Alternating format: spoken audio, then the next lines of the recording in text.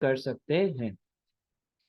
तो हम आज जो डिस्कस करें वो है market market value of loan stock या डिबेंचर।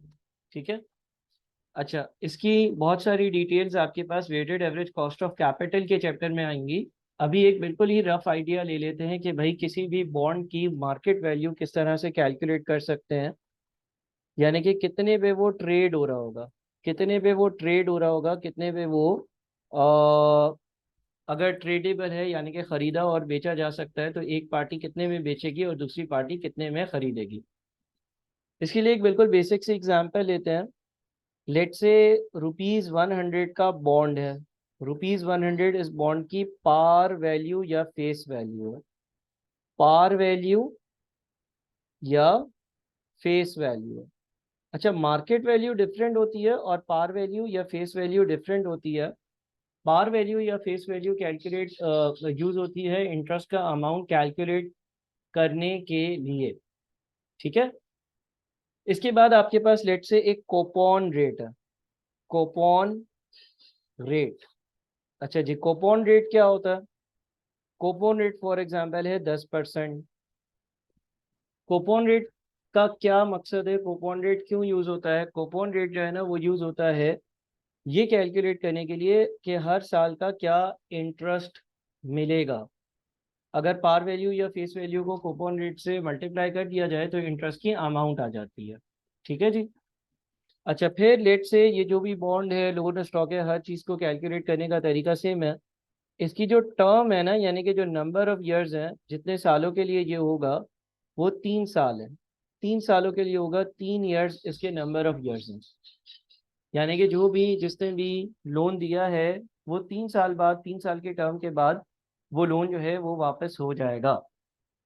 अच्छा, साथ में आपके पास रिडेम्पशन की वैल्यू दी हुई होगी। अब रिडेम्पशन एट पार हो सकती है, रिडेम्पशन एट डिस्काउंट हो सकती है, रिडेम्पशन एट प्रीमियम हो सकती है। सिंपलेस्ट केस ये है कि रिडेम्पशन एट पार हो। रिडेम्पशन एट पार का मतलब ये है कि जो इसकी फेस वैल्यू है ना, जब ये रिडीम होगा तो इतने पे ही रिडीम होगा। और फिर एक चीज है required rate of return. Required required rate of return. Sir, required rate of return का क्या मतलब है? Required rate of return let से एज्यूम कर लेते हैं कि 10% है। यानी कि जिसने भी ये पैसा इन्वेस्ट करा है, जितने जिसने भी ये पैसा इन्वेस्ट करा है, यानी कि जिसने भी ये बॉन्ड खरीदा है, वो ये चाहता है कि साल का उसको 10% का रिटर्न मिले। साल का 10% वो कमा रहा हो। अगर कोई आपको बोलता है ना कि इस बॉन्ड की या इस लोन की या इस डेट की मार्केट वैल्यू कैलकुलेट करो, तो ये याद रखना कि market value of debt calculate करने के लिए अगर कभी भी आपको मार्केट वैल्यू कैलकुलेट करनी हो of a debt, market value of a debt calculate करनी हो, किसी भी लोन की मार्केट वैल्यू कैलकुलेट करनी हो, तो वो बराबर होगी present value of interest payments. Present value of interest payments. ठीक है। Present value of interest payments plus present value plus present value of redemption. Present value of redemption value. अब ये सारी टर्म्स में एक एक कर कर आपको एक्सप्लेन करता हूँ। देखिए, यहाँ पर मैं यह नंबर 0 लिख देता हूँ, यह नंबर 1 लिख देता हूँ, यह नंबर 2 लिख देता हूँ और यह नंबर 3 लिख देता हूँ। ये पहली एग्जाम्पल मैं बहुत बहुत बहुत बेसिक एग्जाम्पल कर रहा हूँ। और लेट से मैं दो लोगों को इन्वॉल्व कर लेता हूँ। मैं कहता हूँ कि भाई एक मिस्टर ए है, एक मिस्टर ए है और एक कंपनी है। मिस्टर ए ने कंपनी को उधार दिया। मिस्टर ए ने कंपनी को उधार दिया। कितने रुपए का उधार दिया? 100 रुपए का। ठीक है। मिस्टर ए ने कंपनी को उधार दिया। कितने का उधार दिया? मैं एज्यूम कर रहा हूँ कि 100 रुपए का उधार दिया। मैं एज्यूम कर रहा हूँ कि मिस्टर ए ने एक कंपनी को 100 रुपए का उधार दिया। अच्छा, उधार देने के बाद भाई कुछ ऐसा हुआ कि ये जो डिटेल्स लिखी हुई हैं उन डिटेल्स पर अगर हम फोकस करें, तो कूपन रेट है 10%। 100 रुपए का उधार दिया गया है, पार वैल्यू या फेस वैल्यू भी 100 है।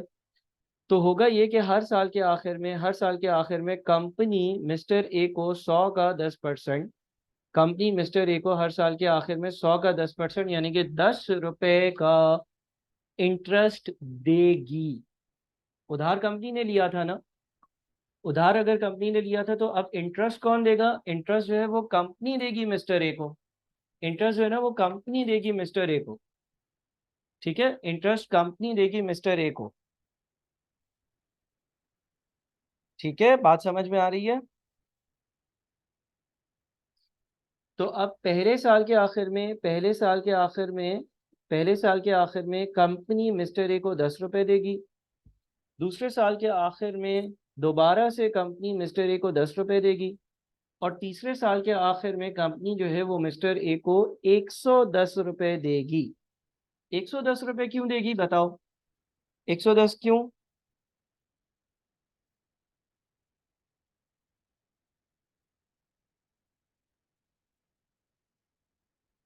110 रुपए क्यों देगी? 110 रुपए इसलिए देगी क्योंकि 100 रुपए इसके अपने होंगे और 10 रुपए का आखिरी साल का क्या बनता है? 10 रुपए का आखिरी साल का इंटरेस्ट बनता है। सही है। अच्छा, ये जो पहला केस है इसके कैश फ्लोज इस तरह से है कि रिडेम्पशन एट पार है। रिडेम्पशन एट पार है। साथ साथ हम इसके साथ साथ एक और एग्जांपल भी कर लेते हैं। एक और एग्जांपल नंबर 2 है, उसमें सारी इंफॉर्मेशन सेम है। यानी कि वही ₹100 जो है वो पार वैल्यू, फेस वैल्यू है। कोपॉन रेट भी उतना ही दे लेते हैं। कोपॉन रेट है 10%। टर्म जो है ना, टर्म वो 3 सालों की है। रिडेम्पशन रिडेम्पशन एट प्रीमियम कर लेते हैं। रिडेम्पशन एट प्रीमियम कर लेते हैं। सर ये क्या होता है? देखिए, रिडेम्पशन एट पार भी हो सकता है, रिडेम्पशन एट प्रीमियम भी हो सकता है और रिडेम्पशन एट डिस्काउंट भी हो सकता है। रिडेम्पशन एट प्रीमियम का मतलब ये है कि अगर इस बंदे ने कंपनी को 100 रुपए दिए थे तो जब एंड में इस बंदे को कंपनी पैसे वापस करेगी तो 100 के बजाय मान लो ₹120 करेगी, यानी कि थोड़े से ज्यादा। अच्छा, और रिक्वायर्ड रेट ऑफ रिटर्न, जो रिक्वायर्ड रेट ऑफ रिटर्न है ना, जो रिक्वायर्ड रेट ऑफ रिटर्न है वो भी हम 10% ही एज्यूम करते हैं। ठीक है। अब मुझे अगर इस बॉन्ड की या स्टॉक की मार्केट वैल्यू मालूम करनी है तो मुझे जो इसके फ्यूचर के कैश फ्लोज हैं उसको डिस्काउंट करना होगा using required rate of return. अच्छा, अगर मैं पहले केस की बात करूं तो हर साल के मैं डिस्काउंट फैक्टर्स निकालूंगा, डिस्काउंट फैक्टर्स निकाल कर उसकी प्रेजेंट वैल्यू निकालूंगा और उन प्रेजेंट वैल्यूज को मैं ऐड कर दूंगा। ये 10 रुपये, 10 रुपये और 110 में 10 रुपये इंटरेस्ट के हैं और 100 रुपये present value of redemption value है। तो अगर हम इसको कैलकुलेट करते हैं, यानी कि हमारे पास पहला जो डिस्काउंट फैक्टर होता है वो होता है 1/1 प्लस 10% पावर 1। दूसरा हो जाएगा 1/1 प्लस 10% पावर 2। और तीसरा हो जाएगा 1/1 प्लस 10% पावर 3। और फिर हम प्रेजेंट वैल्यू निकालने के लिए इनको आपस में कर देंगे मल्टीप्लाई, तो हमें हर साल की प्रेजेंट वैल्यू मिल जाएगी। पहले साल 100/1.1, यानी कि ये बन जाएगा आपके पास 100/1.1 आपका बन जाएगा 90.91। उसके बाद दूसरी बार हो जाएगा 100/1.1 की पावर 2, यानी कि ये हो जाएगा हमारा 82.64। उसके बाद तीसरी बार का हो जाएगा 110/1.1 की पावर 3, यानी कि ये हो जाएगा आपका 82, सॉरी मैंने, एक मिनट रुक जाए, ये दूसरा वाला होगा 10/1.1 की पावर 2, ये बनेगा 8.26। ये बनेगा 8.26। और तीसरा वाला होगा 110/1.1 की पावर 3, यानी कि ये बन जाएगा 82.64। 82.64। अब मैं अगर इन सबको ऐड करता हूँ, अगर मैं इन सबको ऐड करता हूँ तो, अरे यार क्या कर दिया मैंने, पहला वाला 10/1.1 है ना पहला वाला, यानी कि 9.09 है, सॉरी। इसको ऐड करो भाई, 9.09, उसके बाद 8.26 और उसके बाद 82.64। तो हम जब इस सबको ऐड करते हैं तो कितना आता है? इन सबको ऐड करने से हमारे पास 100 आंसर आता है। ये इस बॉन्ड की मार्केट ये इस बॉन्ड की मार्केट वैल्यू होगी एट ईयर 0। यानी कि अगर आज कोई इसको खरीदेगा, अगर आज कोई इसको बेचेगा, और अगर खरीदने वाला रिक्वायर्ड रेट ऑफ रिटर्न 10% चाहता है, तो वो इसको 100 रुपये में खरीदेगा। बात समझ में आती है?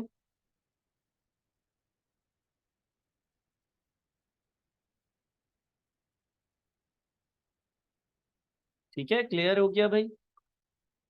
अच्छा, अब दूसरे केस में क्या डिफरेंट है? दूसरे केस में रिडेम्पशन एट प्रीमियम है 120। दूसरे केस की अगर हम बात करते हैं तो दूसरे केस में ईयर 0 होगा, 1 होगा, 2 होगा, 3 होगा। फिर इसके रेलेवेंट कैश फ्लोज होंगे। कैश फ्लोज में आपके पास अगेन, हम अगर फिर फेस वैल्यू को कूपन रेट से मल्टीप्लाई करेंगे तो पहले साल 10 का इंटरेस्ट, दूसरे साल भी 10 का इंटरेस्ट, और तीसरे साल 10 का इंटरेस्ट, और साथ में 120 रुपए, 120 रुपए वापस करे जा रहे हैं। इसको हम इनके रेलेवेंट डिस्काउंट फैक्टर से मल्टीप्लाई करेंगे ताकि रेलेवेंट प्रेजेंट वैल्यूज आ जाएं। अब अगेन हमारे पास 1/1 + 10% पावर 1 है।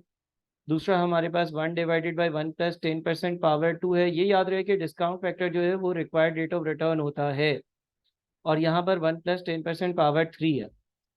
तो अगर हम इसको मल्टीप्लाई करते हैं और इसको मल्टीप्लाई कर कर हम कैलकुलेशंस करते हैं कि कितना अमाउंट बनता है, तो पहला वाला तो वही 9.09 होगा, दूसरा वाला भी 8.26 ही होगा, तीसरा वाला कितना हो जाएगा?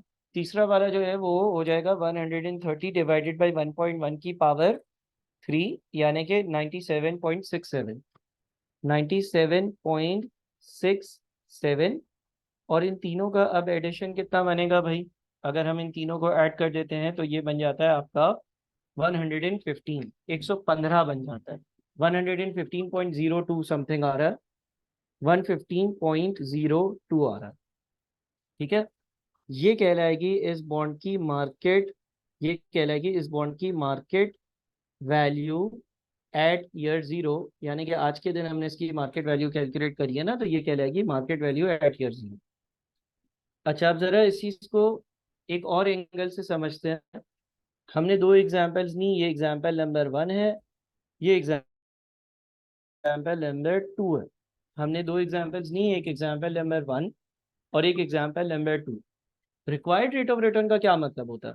रिक्वायर्ड रेट ऑफ रिटर्न अगर 10% लिखा हुआ है, रिक्वायर्ड रेट ऑफ रिटर्न अगर 10% लिखा हुआ है, तो रिक्वायर्ड रेट ऑफ रिटर्न अगर 10% लिखा हुआ है तो इसका क्या मतलब है?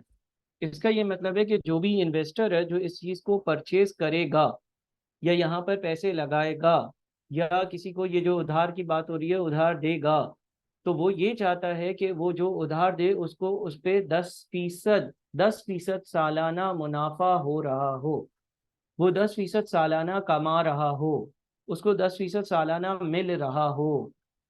तो अगर हम इस तरह से इसको कंसिडर करते हैं और देखें, अगर इस बॉन्ड की मार्केट वैल्यू जो है वो 100 रुपये है या नंबर 0 पर, तो होगा ये कि इस बंदे ने यह नंबर 0 पर, इस बंदे ने यह नंबर 0 पर ये चीज़ खरीदी होगी 100 रुपये की। इस बंदे ने ये चीज़ यह नंबर 0 पर खरीदी होगी 100 रुपये की। करेक्ट?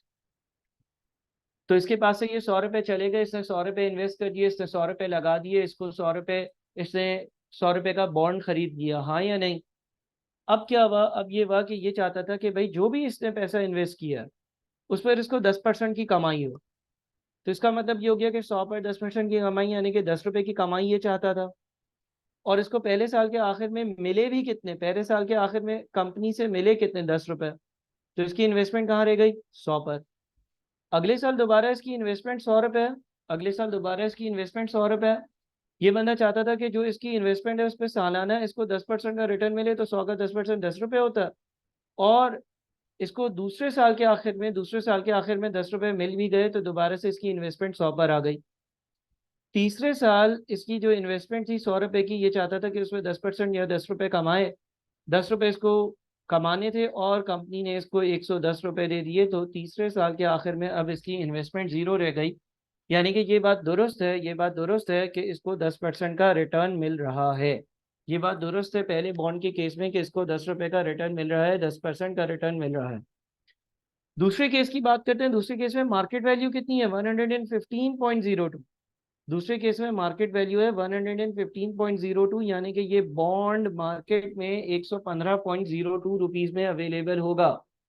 ये बॉन्ड मार्केट में खरीदा बेचा 115.02 में जाएगा। अगर कोई बंदा खरीदना चाहता है तो 115.02 में इस बॉन्ड को खरीद ले। इस केस में भी इन्वेस्टर क्या चाहता है? इस केस में भी हमने एज्यूम किया है कि जो रिक्वायर्ड रेट ऑफ रिटर्न है ना, जो रिक्वायर्ड रेट ऑफ रिटर्न है वो 10% है। इस केस में भी हमने एज्यूम किया है कि रिक्वायर्ड रेट ऑफ रिटर्न 10% है, यानी कि जो भी यहाँ पर पैसा लगाना चाहता है वो ये चाह रहा है कि वो 10% कमाए। तो अगर वो 10% कमाना चाह रहा है, अगर वो 10% कमाना चाह रहा है, उसने 115.02 में कोई चीज़ खरीदी है, तो वो पहले साल जाएगा कि उसका 10% कमाए, और उसका 10% 11.52 बनता है। 10% बनता है 11.5। ठीक है, 10% बनता है 11.5। अच्छा जी। लेकिन इसको इसको कंपनी से पहले साल के आखिर में पैसे जो मिल रहे हैं ना, वो 10 मिल रहे हैं। जो मिल रहे हैं ना वो 10 मिल रहे हैं। तो 115.02 इसने लगाए। ये चाहता था उस पर 11.5 कमाए, लेकिन इसको जो कैश मिला, जो इसको घर पर पैसे मिले, वो 10 मिले, यानी कि अब इसने ये सोच लिया कि मेरी इन्वेस्टमेंट की वैल्यू 116.52 हो गई। अगले साल क्या हुआ? 116.52 इसकी इन्वेस्टेड अमाउंट है। वो ये चाहता है कि जो इन्वेस्टेड अमाउंट है उस पर ये 10% कमाए। तो 116.52 का 10% 11.5 बनता। इसको अगले साल भी 10 रुपए ही मिले। तो 116.52 प्लस 11.65 -10, यानी कि अब इसके पास अब इसकी इन्वेस्टमेंट मजीद इंक्रीज होकर 118.17 पर आ गई। उसके बाद क्या हुआ? उसके बाद तीसरी बार 118.17, 118.17, 118.17 का 10% अगर हम लेते हैं तो वो 11.817 बनता है। 11.817 बनता है, और इसको कंपनी से 130 रुपये मिले। तो आप देखें 118.17 प्लस 11.817 -130 अगर मैं करता हूँ तो मोर और लेस में जीरो की ही आसपास आता हूँ, यानी कि वाकई में इसने over the period of term 10% ही कमाया है। वो बात अलग है कि पहले इसको कुछ कम पैसे मिले और बाद में इसको कुछ ज़्यादा पैसे मिले, लेकिन ओवरऑल इसको जो पैसे मिले वो 10% के ही हिसाब से मिले हैं। क्या ये बात आप लोगों को समझ में आ रही है? ठीक है, इसकी जो कमाई हो रही है, इसकी जो कमाई हो रही है वो 10% के हिसाब से ही हो रही है। पहले केस में जो बॉन्ड की मार्केट वैल्यू थी वो 100 रुपये थी। दूसरे केस में बॉन्ड की मार्केट वैल्यू 115.02 थी। तो इस तरह से आप किसी भी बॉन्ड की या किसी भी लोन की मार्केट वैल्यू निकाल सकते हो, अगर वो ट्रेडेबल है, यानी कि वो कितने रुपए में ट्रेड होगा। ठीक है। अच्छा, पार वैल्यू या फेस वैल्यू को नॉमिनल वैल्यू भी कहा जाता है। पार वैल्यू कह लो, फेस वैल्यू कह लो, या इसको एक और नाम दिया जाता है नॉमिनल वैल्यू। इसको आप नॉमिनल वैल्यू भी कह सकते हो। इसको आप नॉमिनल वैल्यू भी कह सकते हो। तो पार वैल्यू हो, फेस वैल्यू हो, नॉमिनल वैल्यू हो, एक ही बात है। कूपन रेट वो फिक्स परसेंटेज होती है जिसको हम पार वैल्यू और नॉमिनल वैल्यू से मल्टीप्लाई करते हैं, ताकि हमें ये पता चल जाए कि एक साल का कितना इंटरेस्ट बन रहा है। और इस तरह से ये पूरा मैकेनिज्म जो है वो लोन का चल रहा होता है। तो एक तो ये बेसिक सी बात हो गई। अब इसमें कोई भी वेरिएबल चेंज होगा ना तो वैल्यू भी चेंज हो सकती है। मिसाल के तौर पे लेट से हम एक और एग्जांपल करते हैं, और एग्जांपल नंबर 3 करते हैं। एग्जाम्पल नंबर 3 का डेटा हम यही एज्यूम कर लेते हैं कि भाई 100 रुपये जो है वो पार वैल्यू या फेस वैल्यू या नॉमिनल वैल्यू है। Par value, face value, nominal value एक ही बात है। कूपन रेट जो है वो एज्यूम कर लेते हैं कि 10% है, यानी कि हर साल 100 का 10%, 10 रुपये का इंटरेस्ट मिलेगा। टर्म हम वही एज्यूम कर लेते हैं, यानी कि 3 साल है। रिडेम्पशन हम वही एज्यूम कर लेते हैं कि रिडेम्पशन एट प्रीमियम है। रिडेम्पशन एट प्रीमियम है, और रिडेम्पशन एट प्रीमियम का मतलब ये है कि ₹120 में रिडेम्पशन होगी। बस सिर्फ जो चीज़ हम चेंज कर लेते हैं इस बार वो ये कर लेते हैं कि जो हमारा रिक्वायर्ड रेट ऑफ रिटर्न है, हम एज्यूम करते हैं कि पहले इन्वेस्टर ये चाह रहा था कि वो अपनी इन्वेस्टमेंट पर 10% कमाए। इन्वेस्टर ये चाह रहा था कि वो अपनी इन्वेस्टमेंट पर 10% कमाए। अब इन्वेस्टर ये चाह रहा है कि वो अपनी इन्वेस्टमेंट पर 8% कमाए। अब इन्वेस्टर ये चाह रहा है कि वो अपनी इन्वेस्टमेंट पर 8% कमाए, यानी कि उसने अपना जो कमाने का मार्जिन था ना वो कम कर दिया। बाकी सारी चीज़ें सेम है। तो हम ये देखते हैं कि अगर रिक्वायर्ड रेट ऑफ रिटर्न कम हो जाए, यानी कि जो इन्वेस्टर जितना परसेंट कमाना चाह रहा है वो उसको रिड्यूस कर दे, तो फिर क्या हमारी जो उस बॉन्ड की वैल्यू होगी वो इंक्रीज होगी, डिक्रीज होगी, कैसे चेंज होगी, इस चीज़ को देखते हैं। तो अगर मैं दोबारा से यहाँ पर आपके सामने कैश फ्लोज ड्राफ्ट कर दूं, कैश फ्लोज वही होंगे, ईयर 0 है, 1 है, 2 है और 3 है। कैश फ्लोज जो होंगे वो वही होंगे, 100 का 10% यानी कि 10 रुपये, 100 का 10% यानी कि 10 रुपये, और तीसरे साल 10 और 120 यानी कि 130 रुपये। इन कैश फ्लोज को हम डिस्काउंट कर देंगे यूजिंग डिस्काउंट फैक्टर। इस बार डिस्काउंट फैक्टर कैलकुलेट होगा 8% के हिसाब से। तो पहली बार हो जाएगा 1/1 + 8% की पावर 1। दूसरी बार हो जाएगा 1/1 + 8% की पावर 2। और तीसरी बार हो जाएगा 1/1 + 8% की पावर 3। फिर हम इससे इसकी प्रेजेंट वैल्यूज निकालेंगे। प्रेजेंट वैल्यूज निकालने के लिए हमें पहला हो जाएगा हमारा 10/1.08, यानी कि ये बनेगा आपका 9.26। ठीक है, पहला अगर हम कैलकुलेट करते हैं, आप लोग भी कैलकुलेट कर लीजिएगा, ये 9.26 हो जाएगा।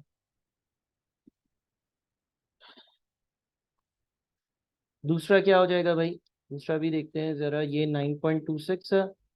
अच्छा, दूसरा 10/1.08, यानी कि दूसरा हो जाएगा 9.2। 10/1.08 की पावर 2, यानी कि ये हो जाएगा 8.57। 8.57।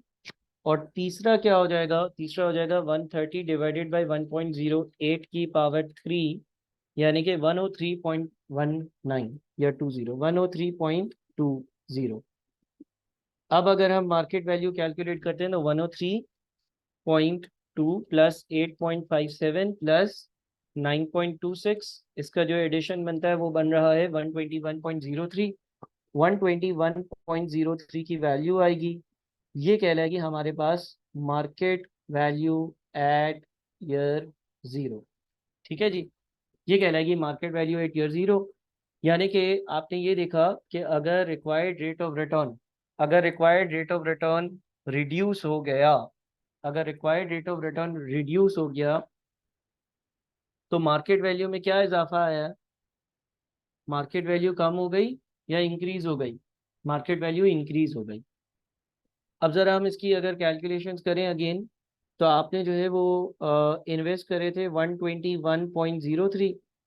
ठीक है जी, 121.03 पर आप चाहते थे 8% कमाना, तो 8% बनता है तकरीबन 9.68। आप 9.68 कमाना चाहते थे, आपको मिले 10 रुपये। तो जब आपको 10 रुपये मिले तो 121.03 प्लस 9.68 -10, अब आपके बच गए 120.71। फिर अगली बार जो है वो 120.71, ये आपकी इन्वेस्टमेंट थी। आप हर साल चाहते हो कि इन्वेस्टमेंट पर 8% कमाओ, तो इस इन्वेस्टमेंट पर आप चाहते थे कि 9.66 मिल जाए मुझे, तो 9.66 के बजाय आपको मिले 10। तो अगेन क्या हो गया, 120.71 प्लस 9.66 -10, बच गए ये कितने, 120.37। 120.37। अगली बार क्या हुआ भाई, 120.37 पर आप चाहते थे 10% कमाना, तो 120.37 का 10% 12.03 होता है। 12.03 होता है और आपको मिल गए 130। तो जब आपको 130 मिल गए तो 120.37 प्लस 12.03 प्लस 12.03 -130, ये दोबारा से आपके पास तकरीबन जीरो आ रहा होगा, 2 4 5 रुपए राउंडिंग ऑफ की वजह से डिफरेंस आ सकता है। तो अब बताएं भाई, इस चीज़ में कोई आप लोगों को मसला है, इस चीज़ में कोई आप लोगों को प्रॉब्लम है तो मुझसे डिस्कस कर लें। यह आपका एक कॉन्सेप्ट था जो आगे भी आप लोगों को काम आएगा, और इससे हमने जो है वो कैलकुलेशंस करी कि भाई किस तरह से हम किसी भी बॉन्ड की जो मार्केट वैल्यू है वो कैलकुलेट करते हैं। अच्छा, ये याद रहे कि जो हम कहते हैं ना cost of debt, required rate of return जो एक बॉन्ड का होता है ना, वही उसका कॉस्ट ऑफ डेट भी होता है। कॉस्ट ऑफ डेट का मतलब ये है कि एक कंपनी कहीं से अगर पैसे उधार ले रही है, एक कंपनी कहीं से पैसे उधार ले रही है तो उसको कितनी कॉस्ट पे करना पड़ रही है। अच्छा, यहाँ पर हमने टैक्स को अभी इन्वॉल्व नहीं किया, यहाँ पर अभी हमने टैक्स को इन्वॉल्व नहीं किया, लेकिन आप लोग ये जानते हो कि अगर टैक्स इन्वॉल्व होता है तो उसकी वजह से क्या हो रहा होता है? सर, अगर टैक्स इन्वॉल्व होता है ना तो उसकी वजह से कॉस्ट ऑफ डेट जो है ना उसमें आ जाती है कमी। क्या इस बात को आप समझ गए हो? ठीक है। तो ये आपके सामने market value of loan stock या मार्केट वैल्यू ऑफ डेट की हमने एक बेसिक एग्जांपल करी है। अच्छा, कुछ किस्में होती हैं बॉन्ड्स की या डेट्स की, और उसको हमें जो है वो अगले लेक्चर में डिस्कस भी करना होगा। मैं उसको यहाँ पर मेंशन कर देता हूँ। देखिए, कुछ बॉन्ड्स होते हैं जो कहलाते हैं डीप डिस्काउंट बॉन्ड्स। कुछ बॉन्ड्स होते हैं जो कहलाते हैं डीप डिस्काउंट बॉन्ड्स, अगली क्लास में ही डिस्कस करूंगा। एक चीज़ कहलाती है डीप डिस्काउंट बॉन्ड्स, एक चीज़ कहलाती है आपकी ज़ीरो कोपॉन बॉन्ड्स, ज़ीरो कोपॉन बॉन्ड्स। ठीक है। एक चीज़ कहलाती है आपकी यूरो बॉन्ड्स, एक चीज़ कहलाती है आपकी यूरो बॉन्ड्स, और एक और चीज़ होती है वो कहलाती है आपकी फोर पर convertible bonds, convertible bonds, convertible bonds. इन सब की हम न्यूमेरिकल एग्जाम्पल के जरिए इनको समझेंगे, लेकिन अभी आज की क्लास में नहीं, बाद में। आवाज़ आ रही है ना सबको भाई?